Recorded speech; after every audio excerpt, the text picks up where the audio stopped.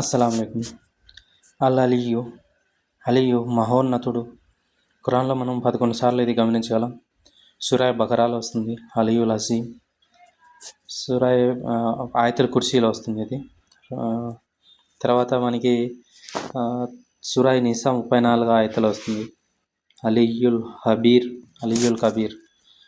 మహోన్నతుడు, కబీర్ గొప్పవాడు.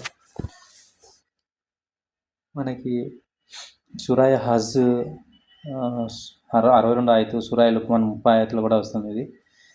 హువల్ అలియుల్ కబీర్, అల్లాయే సత్యం కనుక వారు వేడుకున్నటన్ని అసత్యం కనుక అల్లాయే అలియుల్ కబీర్. సూరాయ సవాల్ వస్తుంది, ఇక్కడ కూడా అలియుల్ కబీర్ అనేది వస్తుంది. వల్ల మహిమాన్వితుడు, గొప్పవాడు. తర్వాత సూరా 51లో అలియుల్ హకీం వచ్చింది. ఇక్కడ అల్లాహ్ ఉన్నతుడు, మహోన్నతుడు, వివేకవంతుడు, అలియుల్ హకీం. మనకి ఇది ఎగ్జాక్ట్ మీనింగ్ కావాలంటే మనం ఇంగ్లీష్ గ్రామర్లోంచి కొంచెం తీసుకోవచ్చు. అలియుల్ హకీం వచ్చింది సూరా జుఖ్రూఫ్ 24.